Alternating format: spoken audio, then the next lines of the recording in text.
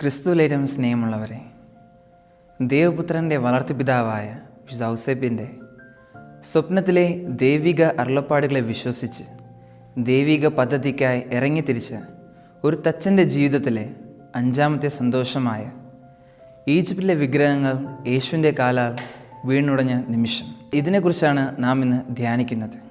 സന്തോഷമെന്ന് പറയുന്നത് ദുഃഖത്തിൽ നിന്നുള്ള ഒരു കരകയറ്റമാണ്. അതായത് രാവുണ്ടെങ്കിൽ പകലുണ്ടെന്ന് പറയുന്നത് പോലെ.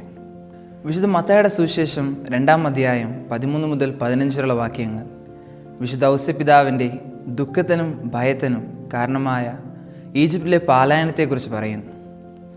ആ സങ്കടത്തിൽ നിന്നുള്ള ഒരു കരകയറ്റമാണ് ഏശയ്യാ പ്രവാചകൻ്റെ പുസ്തകത്തിലെ 19-ാം അധ്യായം 1-ാം വാക്യം നമ്മോട് പങ്കുവയ്ക്കുന്നത്. ഇതാ കർത്താവ് വേഗമേറിയ ഒരു മേഘത്തിൽ ഈജിപ്തിലേക്ക് വരുന്നു. അവിടുത്തെ സാന്നിധ്യത്തിൽ ഈജിപ്തിലെ വിഗ്രഹങ്ങൾ വിറകൊള്ളും. ഈജിപ്തുകാരുടെ ഹൃദയം ഉരുകിപ്പോകും. രാജാവായ ഹിറദ് എപ്പോഴാണോ കുഞ്ഞായ ഉണ്ണിയെ വധിക്കാൻ തീരുമാനിച്ചത്, ദൈവം സ്വപ്നത്തിൽ നൽകിയ അരുളപ്പാടനുസരിച്ച് വിശുദ്ധ ഔസേപ്പിതാവ് പരിശുദ്ധയായ കന്യകാമറിയത്തെയും ഉണ്ണിയായ യേശുവിനെയും കൂട്ടിക്കൊണ്ട് ഈജിപ്തിലേക്ക് പോയി. അപ്പോക്രിഫൽ എന്ന ഗ്രന്ഥത്തിലെ വിശ്വാസപരമായ പാരമ്പര്യം അനുസരിച്ച് എപ്പോഴാണോ അവർ ഈജിപ്തിലേക്ക് പ്രവേശിച്ചത്, അപ്പോൾ അവിടെയുള്ള വിഗ്രഹങ്ങൾ തകർക്കപ്പെട്ടു. കാരണം സത്യദൈവത്തിന് മുമ്പിൽ വ്യാജദൈവങ്ങൾക്ക് നിലകൊള്ളാൻ കഴിഞ്ഞില്ല. ഈ സംഭവം വിശുദ്ധ ഔസേപ്പിതാവിന് വളരെയേറെ സന്തോഷം നൽകി. കാരണം അന്ന് അവൻ മനസ്സിലാക്കി, താൻ രക്ഷിച്ചു കൊണ്ടുപോകുന്ന ഈ കുഞ്ഞ് സാധാരണ ഒരു കുഞ്ഞല്ല. ഈ സന്ദർഭത്തിൽ ഞാനൊരു കഥയോർക്കുന്നു. ഒരിക്കൽ ഒരു മകൻ തൻ്റെ ജീവിതത്തിലെ സങ്കടങ്ങളിലും ദുഃഖങ്ങളിലും പ്രതിസന്ധികളിലും പെട്ട് ഉലയുകയായിരുന്നു. അവന് അവൻ്റെ ഭയവും ദുഃഖവുമേറിയ കണ്ണുകളിലൂടെ അവനെ രക്ഷിക്കുവാനായി കാത്തു നിൽക്കുന്ന അവൻ്റെ തമ്പുരാനെ കാണാൻ സാധിച്ചില്ല. എപ്പോഴൊക്കെയാണോ അവൻ്റെ ദുഃഖമേറിയ വീഴ്ചയെക്കുറിച്ച് അവൻ ഓർത്തത്, വീണതിൻ്റെ ആഴത്തെക്കുറിച്ച് ചിന്തിച്ചത്, അപ്പോഴൊക്കെ അവൻ്റെ തല ഉയർത്തി അവനെ രക്ഷിക്കുവാൻ ആരെങ്കിലും ഉണ്ടോ എന്ന് നോക്കുവാൻ മറന്നുപോയി.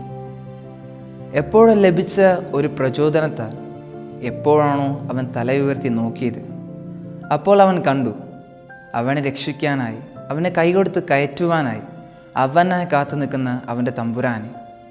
പ്രിയമുള്ളവരെ, ആ മകൻ അല്ലെങ്കിൽ ആ മകൾ അത് നിങ്ങളോ ഞാനോ ആയിരിക്കും. എപ്പോഴൊക്കെയാണോ നാം നമ്മുടെ ജീവിതത്തിലെ പ്രശ്നങ്ങളിൽപ്പെട്ട് ഉലയുന്നത്, പ്രശ്നങ്ങളാകുന്ന ദുഃഖങ്ങൾ, സങ്കടങ്ങൾ, ആശങ്കകൾ, അവ എന്തു തന്നെ ആയാലും നമ്മെ വിളിച്ചവനെ, നമ്മെ അറിഞ്ഞവനെ, നമ്മുടെ സ്വന്തം ദൈവത്തിൽ നമുക്ക് വിശ്വാസമുണ്ടെങ്കിൽ അവനുണ്ടാകും നമ്മുടെ മുമ്പിൽ, എല്ലാ പ്രതിസന്ധികൾക്കും മുമ്പിൽ ഒരു സംരക്ഷകനായി, ഒരു രക്ഷയുടെ അടയാളമായി. വിശുദ്ധ ഔസേപ്പിതാവ് നമ്മെ പഠിപ്പിക്കുന്നത്, എപ്പോഴൊക്കെയാണോ നീ നിൻ്റെ ജീവിതത്തിലെ സങ്കടങ്ങളിൽപ്പെട്ട് ഉലയുന്നത്, അപ്പോഴൊക്കെ നിന്നെ വിളിച്ചവനിലുള്ള നിൻ്റെ വിശ്വാസം നിൻ്റെ കണ്ണുകളെ അത്ഭുതങ്ങൾ കാണാൻ സഹായിക്കും. ഈ പുതിയ ലോകത്തിലെ വിഗ്രഹങ്ങളാകുന്ന നിൻ്റെ അമിതമായ ആർത്തി, പേര്, പ്രശംസി, ഇതിൻ്റെയൊക്കെ പിന്നാലെ നീ പോകുമ്പോൾ സത്യമായ നിൻ്റെ ദൈവം നിൻ്റെ കൂടെ ഉണ്ടെങ്കിൽ ആ വിഗ്രഹങ്ങളെല്ലാം തകർക്കപ്പെടും. പ്രിയമുള്ളവരെ, മുറിയാൻ മടിക്കുന്ന മുളന്തണ്ടിൽ പിറക്കാതെ പോയൊരു പുല്ലാങ്കുഴലുണ്ട്. ഉടയാൻ മടിക്കുന്ന കല്ലിൽ ഉയർക്കാതെ പോയ ഒരു ശില്പമുണ്ട്. അഴിയാൻ മടിക്കുന്ന വിത്തിൽ മുളയ്ക്കാതെ പോയ കതിരുകളുണ്ട്. ഒന്നിനും അവസാനമില്ല, എല്ലാം അവസരങ്ങൾ മാത്രം. വിശുദ്ധ ഔസേപ്പിതാവ് നമ്മെ അനുഗ്രഹിക്കുമാറാകട്ടെ.